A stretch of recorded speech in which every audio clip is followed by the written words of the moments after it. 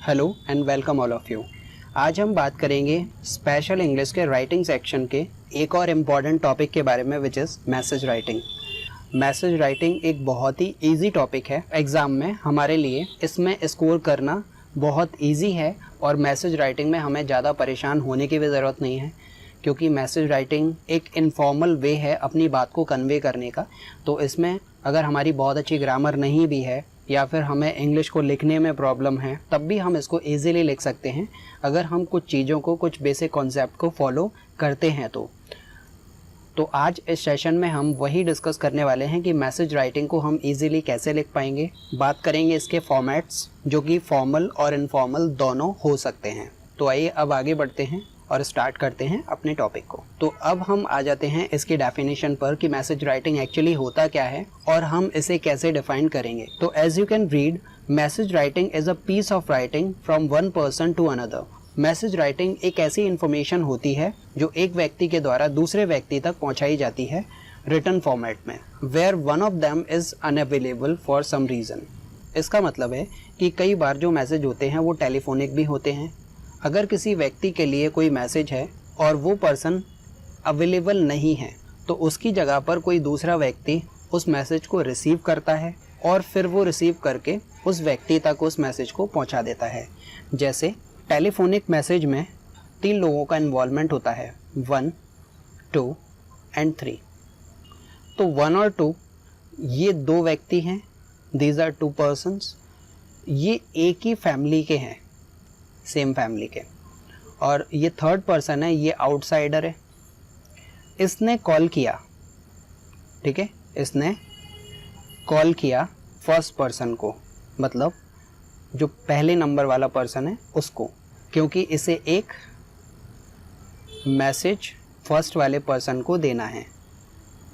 लेकिन अब होता क्या है कि ये जो पर्सन है फर्स्ट वाला, वो नॉट एट होम, ये घर पे नहीं है। थर्ड पर्सन ने पहले पर्सन को कॉल लगाया मैसेज देने के लिए, लेकिन ये फर्स्ट वाला जो पर्सन है वो घर पर नहीं है। तो अब होता क्या है, पहले वाले पर्सन की जगह पर उसी का जो दूसरा फैमिली मेम्बर है, सेकंड पर्सन, वो फ़ोन को रिसीव करता है, रिसीव फ़ोन, और इन दोनों की आपस में बात होती है। तो ये थर्ड पर्सन सेकंड पर्सन को मैसेज देता है कि जब पहला वाला पर्सन घर पे वापस आता है तो आप इसे ये मैसेज को कन्वे कर दीजिएगा।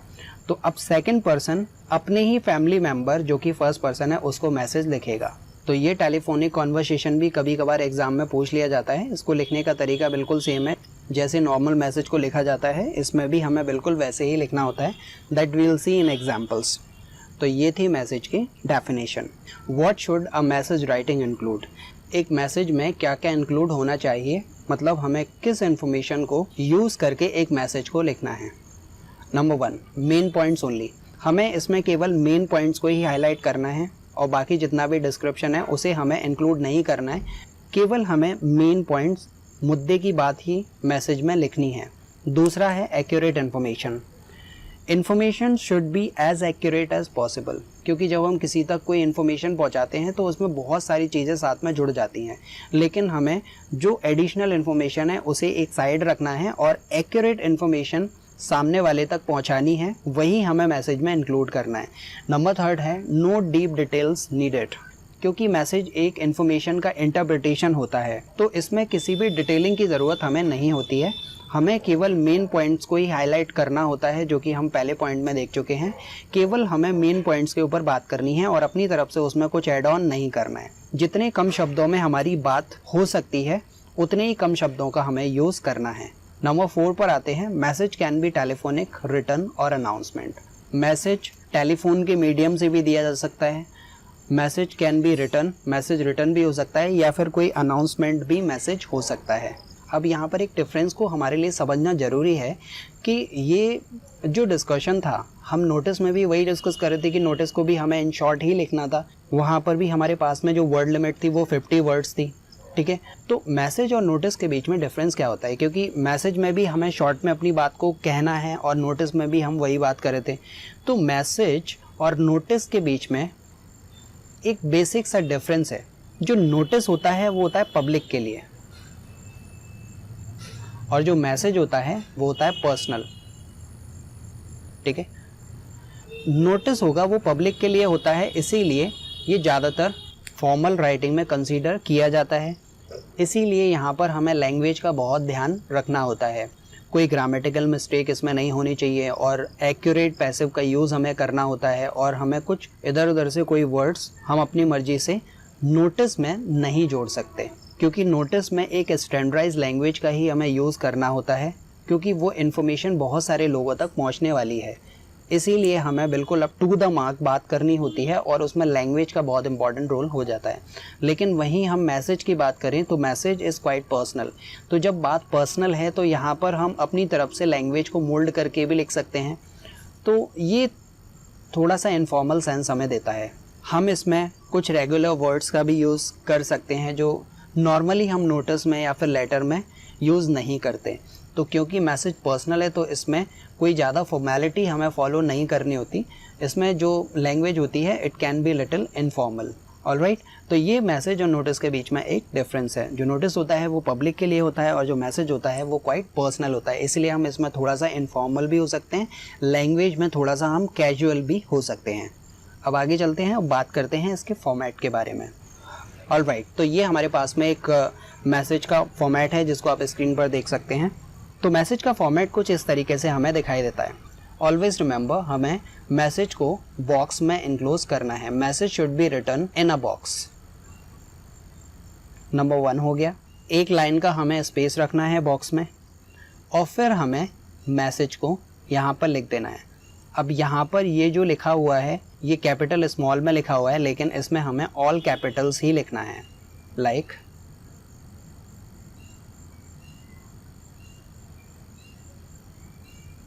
हमें ऑल कैपिटल्स में इस मैसेज को लिखना है।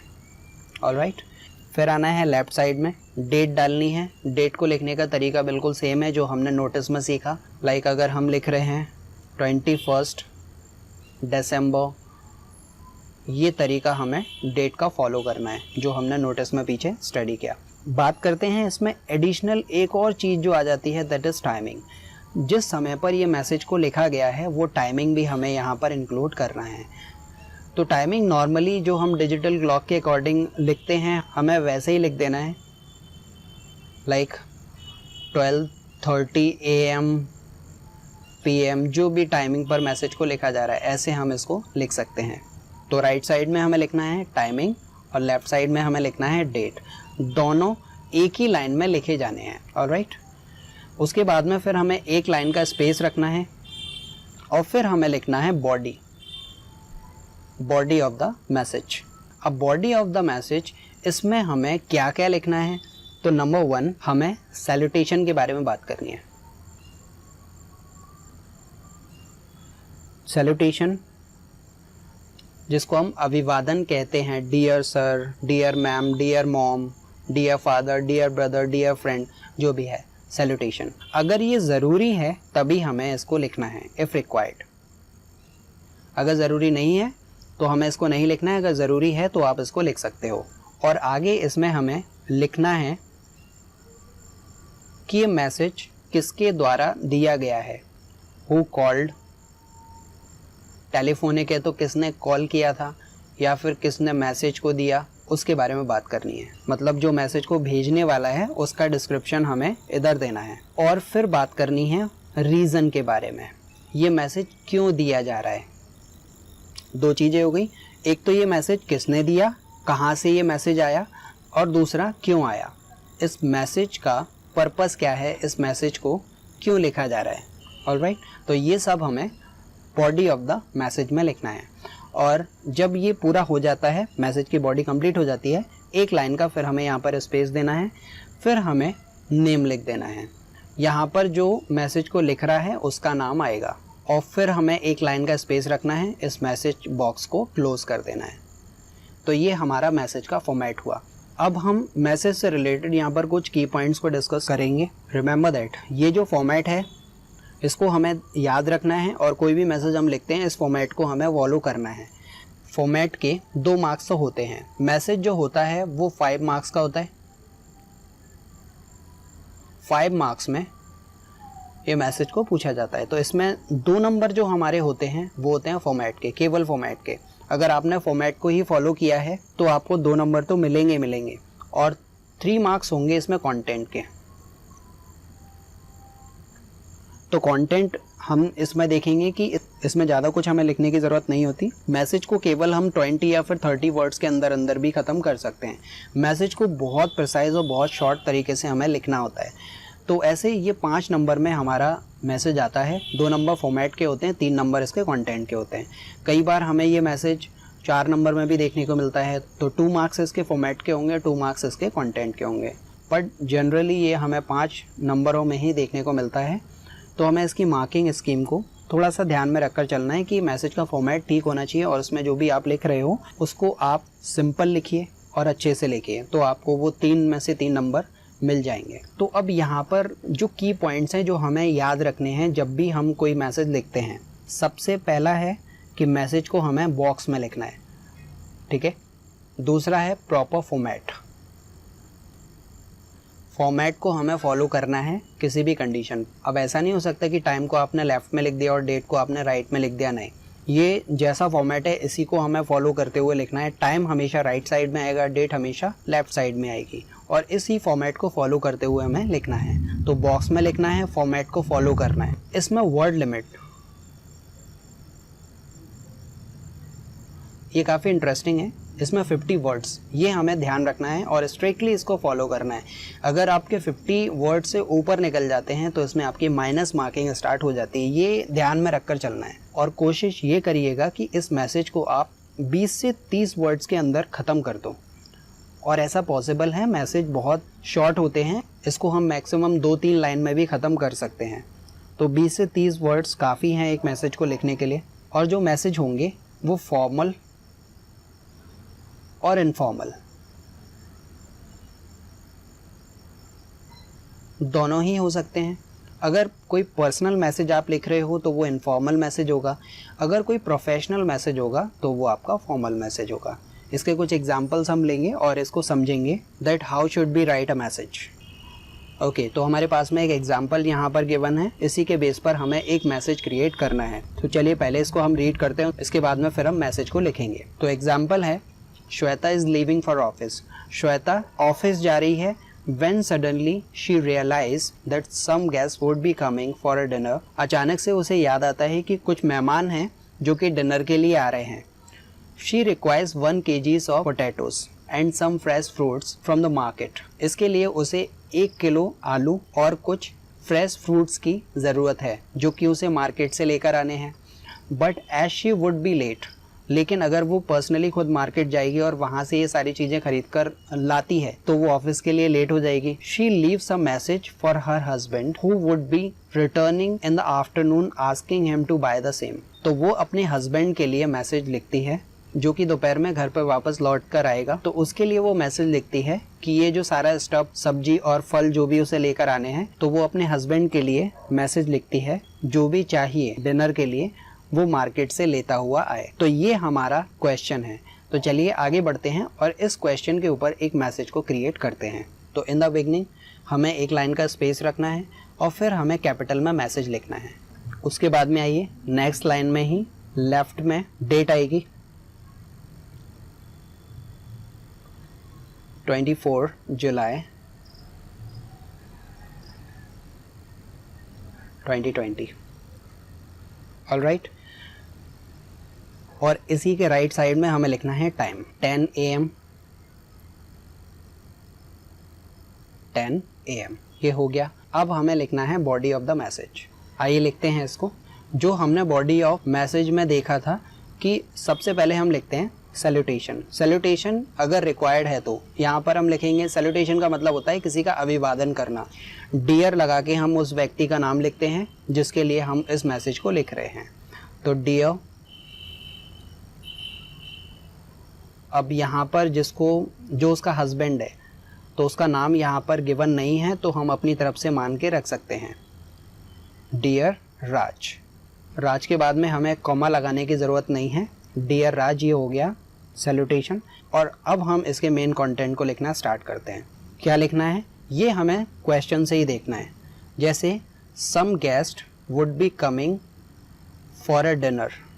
ठीक है, इसको हम सिंपल लैंग्वेज में लिख सकते हैं प्रेजेंट कॉन्टिन्यूस का यूज करके, like some guest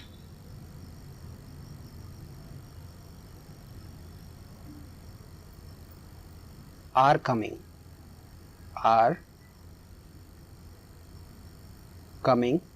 for a dinner। कुछ मेहमान डिनर के लिए आ रहे हैं और मुझे क्योंकि ऑफिस जाना है, ऑफिस जाने के लिए मैं लेट हो रही हूं, तो आई एम लेट, सिंपल लिख देना है इसको, I am late for office, तो इतना हमने लिख लिया। तो इस लाइन का मतलब है some guest are coming for a dinner, I am late for office. कुछ मेहमान डिनर के लिए आ रहे हैं क्योंकि मैं ऑफिस के लिए लेट हूँ, तो तुम मार्केट से 1 kg पोटैटोज और कुछ फ्रेश फ्रूट खरीद लाना, हमें ये लिखना है। तो ये हमारी लाइन है।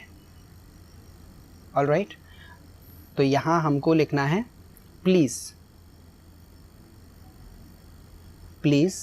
बाय। इसने रिक्वेस्ट की अपने हस्बैंड से कि कृपया करके खरीद लाइएगा 1 kg ऑफ पोटैटोज एंड आगे लिखा है some fresh fruits, some fresh fruits from the market, from the market. अब ये फ्रॉम द मार्केट आप नहीं भी लिखोगे तब भी चलेगा, क्योंकि ये फ्रूट्स और वेजिटेबल ये आपको मार्केट में ही मिलेंगे, तो फ्रॉम द मार्केट आपको लिखने की ज़रूरत नहीं है। अगर आप फ्रूट्स तक भी रखते हो तब भी ये कंप्लीट है। तो बस हमें इतना ही लिखना है, ये मैसेज कंप्लीट हो गया। उसके बाद में फिर जो लिख रहा है मैसेज को उसका नाम लिख देना है। कौन लिख रहा है? श्वेता। सॉरी, यहाँ पर हमें इसको नहीं लगाना है। ऑलराइट, तो ये हमारा मैसेज कंप्लीट हो गया। तो देखिए हमने इसमें लिखा क्या, मैसेज लिखा सबसे टॉप पर, लेफ्ट साइड में आए तो डेट लिखी, राइट साइड में टाइम लिखा कि किस समय इस मैसेज को लिखा गया, उसके बाद में डियर राज सैल्यूटेशन लिखा, अभिवादन। उसके बाद में मेन कंटेंट में हमने सब कुछ जो भी लिखा वो क्वेश्चन से ही लिखा, हमने अपनी तरफ से कुछ भी नहीं जोड़ा। Some guest are coming for a dinner, ये हमने क्वेश्चन से लिखा। I am late for office, ये भी हमने क्वेश्चन में से लिखा। Please buy 1 kg of potato and some fresh fruit from the market, तो मार्केट से कुछ पोटैटोज और फ्रेश फ्रूट खरीद लेना, ये भी हमने क्वेश्चन से ही लिखा। और लास्ट में नेम लिखा। तो ज़्यादातर जो आपका कंटेंट है वो आपको क्वेश्चन से ही मिल जाएगा, केवल आपको उसको अरेंज करके मैसेज में डालना है। तो ये था हमारा एक एग्जाम्पल। आगे बढ़ते हैं और लेते हैं एक और एग्जाम्पल को। ओके, तो हमारे पास में यहाँ पर एक और एग्जाम्पल है, इसको लेकर हमें एक मैसेज को ड्रॉ करना है। तो चलिए पहले इस एग्जाम्पल को हम रीड करते हैं, देन हम इसको लेकर मैसेज लिखेंगे। तो एग्जाम्पल है हमारा, you are Vinita, the student of your class are being taken to an excursion to Sanchi. आप विनीता हो और आपकी क्लास के सारे बच्चों को सैर पर सांची एक जगह है वहाँ पर ले जाया जा रहा है। Your friend Aarti was absent on the day when a few instruction were given. जब इस ट्रिप को लेकर इंपॉर्टेंट इंस्ट्रक्शन दिए गए थे तब आपकी फ्रेंड आरती वहाँ पर नहीं थी। तो write a message to your friend using the following information. तो आपको अपनी फ्रेंड आरती को मैसेज लिखना है और उस मैसेज में आपको वो इम्पॉर्टेंट इन्फॉर्मेशन शेयर करनी है ट्रिप से रिलेटेड जो कि आपको बताई गई थी और आरती वहाँ नहीं थी। तो वही इन्फॉर्मेशन आपको आरती के साथ में शेयर करनी है। तो आइए इसके ऊपर हमें एक मैसेज को लिखना है। So let's go and right this message. Alright, तो सबसे पहले हमें एक लाइन का स्पेस देना है ऊपर से और फिर हमें बीचों बीच लिखना है message.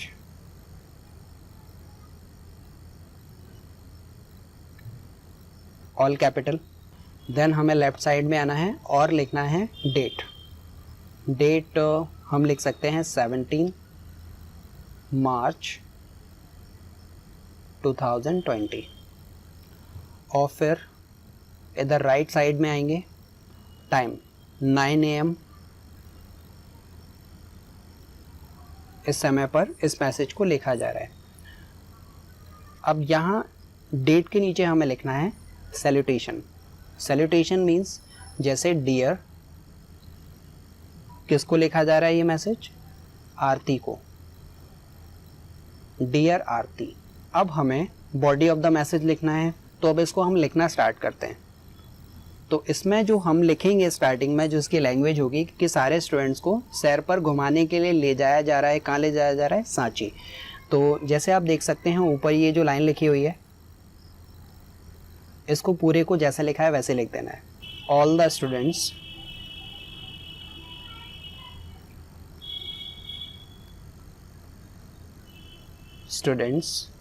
Of our class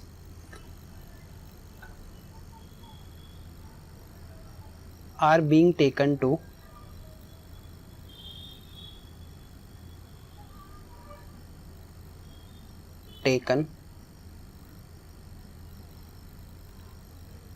on an excursion। इसका मतलब होता है सैर पर, टू सांची। तो इतना लिख लिया। तो आपको अपनी फ्रेंड आरती को ये बताना है कि आपको इस ट्रिप के लिए सुबह 8 बजे स्टेशन पर पहुंचना है। तो इसको लिखेंगे reach the railway station, reach the railway station at कितने बजे? सुबह 8 बजे, 8 AM। कब? On Sunday.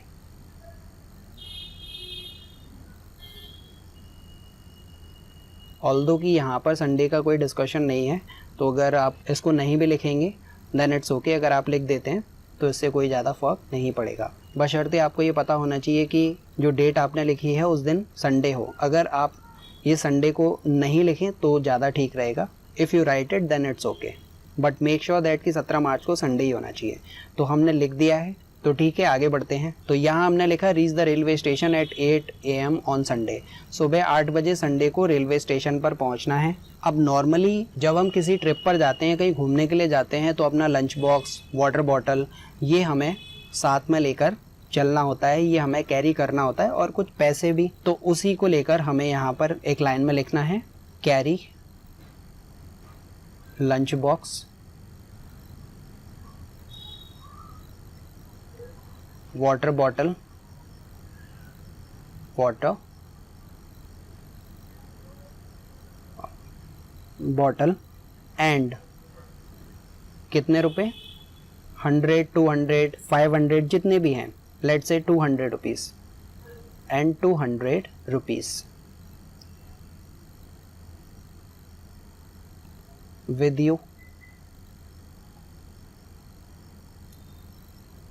you तो इतना हो गया। तो ये तो थी बात कि हम कितने बजे स्टेशन पर पहुंचेंगे और क्या क्या हमको लेकर आना है, और लास्ट में हमें इस मैसेज को एंड करते हुए ये भी लिखना है कि हम कितने बजे तक लौटेंगे। तो वी विल बी, इस लाइन को थोड़ा सा आपको बना के लिखना पड़ेगा। We will be back till 6 PM। हम शाम को 6 बजे तक लौट आएंगे वापस। तो इतना हो गया। तो ये हमारा पूरा मैसेज लिख गया। यहाँ पर नाम लिख देना है। नाम था विनीता, जो उस मैसेज को लिखने वाला है। ऑल राइट, यहाँ पर इस फुल स्टॉप को नहीं लगाना है। तो ये हमारा पूरा मैसेज है। सबसे ऊपर मैसेज, लेफ्ट साइड में डेट, राइट साइड में time. Salutation dear Aarti, all the students of our class are being taken to an excursion to Sanchi. हमारी क्लास के सभी बच्चों को सांची ले जाया जा रहा है एक ट्रिप पर। Reach the railway station at 8 AM on Sunday. Sunday को 8 बजे सुबह रेलवे स्टेशन पर पहुंचना है। अपना लंच बॉक्स, वाटर बॉटल और 200 रुपये अपने साथ में लेकर आना है, और हम शाम को 6 बजे तक वापस आ जाएंगे। तो ये हमारा मैसेज था। Hope you got it. तो ऐसे ही हमें इसको बना के लिख लेना है। ज़्यादातर जो पोर्शन जितना भी हम अभी लिख रहे हैं, एक्चुअली अगर आपने नोटिस किया है तो वो ज़्यादातर जो पार्ट है वो लिया जा रहा है क्वेश्चन से ही, और आप थोड़ा बहुत अपनी तरफ से इंक्लूड करके भी लिख सकते हो। तो ऐसे ही हम किसी भी मैसेज को लिख सकते हैं। So thank you very much for attending the session. See you letter.